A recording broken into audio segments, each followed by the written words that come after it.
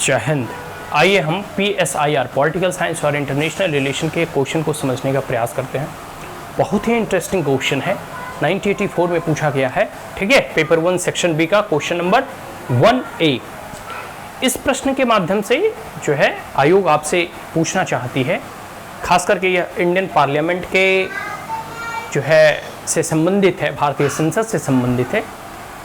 तो देखो, पहला एक चीज़ तो जान लो कि भारत की जो संसदीय प्रणाली है वो अन्य देशों की जो है संसदीय प्रणाली से भिन्न है। इनफैक्ट कि हमने parliamentary form of government Britain से अडॉप्ट किया है, एक्वायर किया है, और अन्य डेमोक्रेसी में भी जैसे लेजिस्लेचर हैं, जैसे यूएस में यूएस कांग्रेस हो गया। ठीक है, हर जगह जो है, ठीक है, कहीं फेडरल है, कहीं मतलब हर एक देश में कोई ना कोई जो है एक कॉन्स्टिट्यूएंट बॉडी होती है जो संविधान का निर्माण करती है या नियम कानून को संशोधित करती है या बनाती है।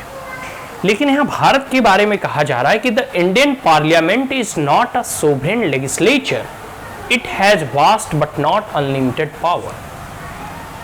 देखो, अल्टीमेट जब देश आज़ाद होता है, कोई भी देश अगर आज़ाद होता है, तो वो अपने देशों के नियम कानून को बनाने के लिए, मानने के लिए और किसी भी फैसला लेने के लिए वो स्वतंत्र होता है, और उसी को हम संप्रभुत्व, सोवरेन कहते हैं।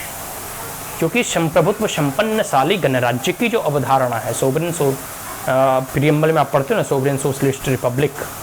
ठीक है, तो जो संप्रभुत्व संपन्नता है, जैसे भारत तो पहले भी था, 1947 से भी पहले था, लेकिन we are not sovereign because our decision is taken by the British Empire or British Crown. Is that clear? But after 1947 we are independent to take any measure, any step, any decision irrespective of the internal or external matter. Is that clear?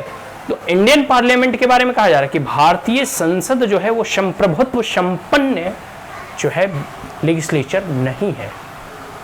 अब आपको लग रहा होगा कि ऐसा क्यों है भाई, तो आप लोगों ने पढ़ा होगा इंडिपेंडेंट ऑफ जुडिशरी, और उसमें एक आता है रिव्यू, जुडिशियल रिव्यू।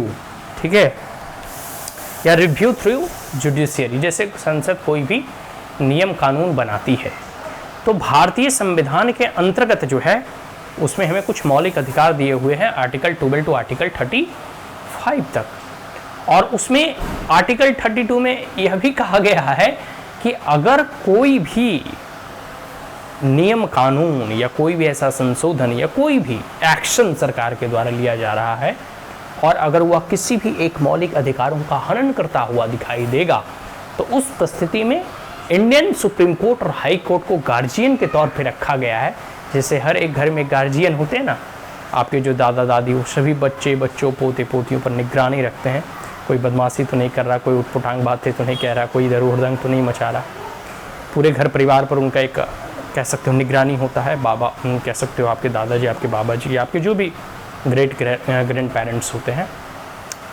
तो उस परिस्थिति में भारत में कानून तो बनाती है संसद, लेकिन वह कानून मौलिक अधिकारों का हनन तो नहीं कर रहा है। इसकी जांच करती है हाई कोर्ट और supreme court. High court under article 226 और सुप्रीम कोर्ट अंडर आर्टिकल 32। बात समझ में आ रही? यही चीज़ें कही जा रही। संसद सर्वोच्च है, सोवरेन है, लेकिन उससे भी सर्वोच्च भारत का संविधान है। बात समझ में आ रही है? और क्योंकि भारत में एक इंडिपेंडेंट जुडिशियरी है और भारतीय न्यायपालिका को, न्याय व्यवस्था को जुडिशियल रिव्यू का पावर है, इस परिस्थिति में वो किसी भी लॉ, अगर ऐसा कोई नियम कानून बनता है जो मौलिक अधिकारों का हनन करता हुआ दिखाई देता है या प्रतीत होता है, उस परिस्थिति में सुप्रीम कोर्ट और हाई कोर्ट उस रिस्पेक्टिव लॉ को नल एंड वॉइड करार दे सकती है, उसे निरस्त कर सकती है, उसे खत्म कर सकती है। तो बताओ, लेजिस्लेचर सुप्रीम हुआ? नहीं हुआ ना। लेकिन अगर वही हम बात कर लूँ यूनाइटेड किंगडम की, तो वहाँ एक बार जो संसद जो बना दिया, वो कह सकते हो लक्ष्मण की रेखा हो गई। तो यूनाइटेड किंगडम और ब्रिटेन में जो है जुडिशियल रिव्यू का पावर नहीं है, वहाँ संसद सर्वोच्च है। और भारत में कौन है? संविधान सर्वोच्च है। बात समझ में आ रही है? अल्टीमेट तो पावर लोगों के ही होता है, लेकिन यहाँ जो है संविधान की सर्वोपरिता है। और भारत की तरह ही यूनाइटेड स्टेट ऑफ अमेरिका में भी जुडिशियल रिव्यू का पावर है। ठीक है, बात समझ में आ रही है। और भारत के न्यायालय से भी अधिक शक्तिशाली न्यायालय जो है वहाँ की है, यूएसए की। ठीक है, लेकिन भारत की भी न्यायालय कम नहीं है, या कोई किसी भी लॉ जो पारित होता है उसे वो निरस्त कर सकती है अगर वो मौलिक अधिकारों का हनन करता हुआ दिखाई दे तब। बात समझ में आ गई। तो इंडियन पार्लियामेंट क्यों सोवरेन लेजिस्लेचर नहीं है? हालांकि भारत के संविधान निर्माताओं ने, क्योंकि चेक्स एंड बैलेंस का मेजर अपनाना था, अब मान लो कोई ऐसा शासक चुनकर आए, इंदिरा गांधी की तानाशाही प्रारंभ कर दे, तो चेक्स एंड बैलेंस का मेजर अपनाया गया है। और हो सकता है कि ऐसा भी कोई न्यायपालिका आए कि सारी सरकार के बनाए गए नियमों को निरस्त कर दे। तो इसलिए अल्टीमेट पावर किसके पास है? जनता के पास और संविधान के पास। ठीक है, तो भारतीय संसद को बहुत अधिक शक्ति भी प्राप्त है, किसी भी कोर्ट के द्वारा पारित किए गए नियमों को भी वो पलट सकती है। बात समझ में आ रहा है? तो चेक्स एंड बैलेंस का मेजर देखो अपनाया गया। तो इसमें यही कहा जा रहा है कि इसे शक्तियां तो बहुत दी गई है, संसद को शक्तियां बहुत दी गई है, लेकिन उसमें कुछ रिस्ट्रिक्शंस पोज किए गए हैं, उसमें कुछ सीमाएं बांधी गई है और उसे अनलिमिटेड पावर नहीं दिया गया है संसद को। बात समझ में आ रही है? तो ये भारत के संविधान का कह सकते हो कि सर्वोच्चता है। और भारत में आप जब भी देखोगे तो कॉन्स्टिट्यूशनल सुप्रीमेसी की बातें होती हैं, और यहाँ जो है पार्लियामेंट्री सुप्रीमेसी की बातें के बारे में पूछी जा रही है।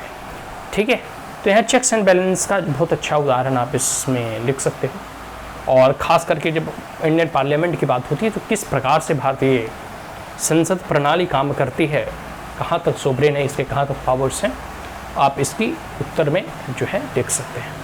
आशा करता हूँ कि यह प्रश्न समझ में आ गया होगा। So that's all, thank you, have a great day.